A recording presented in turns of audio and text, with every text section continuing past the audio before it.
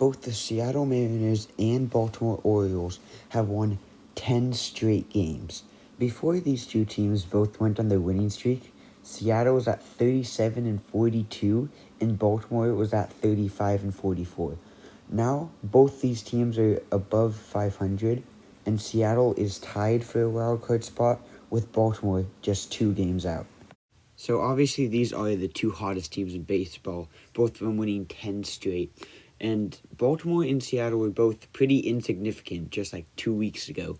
And now Seattle is tied for a wild card spot with Baltimore just 2 games back. With Seattle and Baltimore just having a couple more games to go before the All-Star break, if either of them can keep their streak going through the All-Star break, that would be absolutely terrifying for any other team in the MLB. Having that hot streak, entering the All-Star break, winning double-digit games in a row, that is so scary. Baltimore and Seattle have each played each other in 2 3-game series, in both of those series, Seattle took 2 of the 3.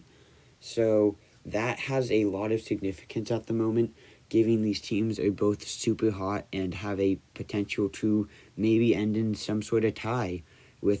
In Seattle, having won 4 of those 6 games might just mean that they will ultimately be the better team if they have to play a game 163 or something like that. But we'll have to see how it ends. This is really fun to watch. Both these teams, the last decade or so, have really not been that great at all. They've been really disappointing. I think so many people want to see Seattle in the postseason. They haven't been there in 21 years. Longest playoff drought in North American sports at the moment. Longest active playoff drought. They haven't made it since 2001. And that could end this year. A lot of people thought it could have ended last season, but they came up just 1 game short, and maybe they'll get that edge this year with this win streak, and maybe they can string together some more wins in a similar fashion later down the road. But we'll have to see. As for Baltimore, last season they set a record for their longest losing streak, I believe, being 19 games. So it's nice to see them turning it around into a win streak of 10 games. And it'd be great to see Baltimore back in the postseason.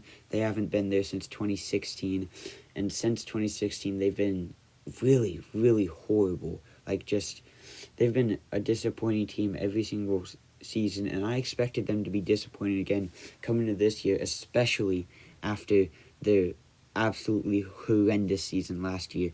They won 52 games last year, and they're already almost to that point right now in the season before the All-Star break. They are currently sitting at 45 wins, so just 7 games short from their win count last season. So clearly they're going to have a better season, obviously.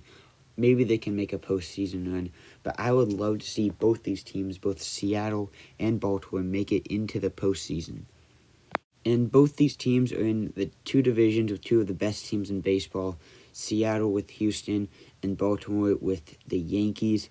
Now, Baltimore still has 17.5 games to go from the Yankees, but they've picked up a ton of ground during this win streak, trying to maybe get back into that division race, but the Yankees pretty much have it locked down. As for the Mariners, they are only 11 games back from Houston. So I'd say the Mariners still have a chance at that division title, but they got to keep playing some good baseball. And as both these win streaks show, really anything is possible in an MLB season. So we could see something crazy like Baltimore coming back and catching the Yankees. I mean, in the last 10 games, the Yankees are 5-5. They just lost 3 in a row, I think, against the Reds and some other team. So Yankees having a little bit of struggles with Baltimore being red hot. You never know. That would be a miracle to come back from 17 games down in the All-Star break, but that would be so thrilling to watch. And now that Baltimore has gone on this run, every single team in the American League East is over 500. Baltimore being in last in their division at 45-44. which is just insane. Toronto and Boston are tied for third at 47 and 42, with Tampa Bay just a game and a half ahead of them at 48 and 40. Then obviously the Yankees at the top at 62 and 26. As for the AL West, Oakland in last at 30 and 60. The Angels in fourth at 39 and 50. And the Rangers in third at 41 and 45. Rangers were doing great. They've been on a little bit of a struggle lately. And of course, the Angels started out great. They've been struggling like crazy ever since they started out as the best team in baseball. They're playing unbelievable, and then they lost like 14 in a row. But then second, the AL West, is obviously the Mariners, and then first is the Astros at 57 and 30, having an 11-game lead on Seattle.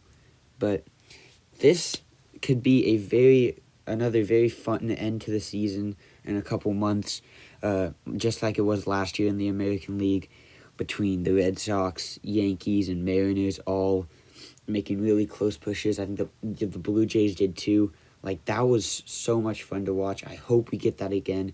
And Baltimore and Seattle is surely making it interesting at the midway point. That's all I've got for today.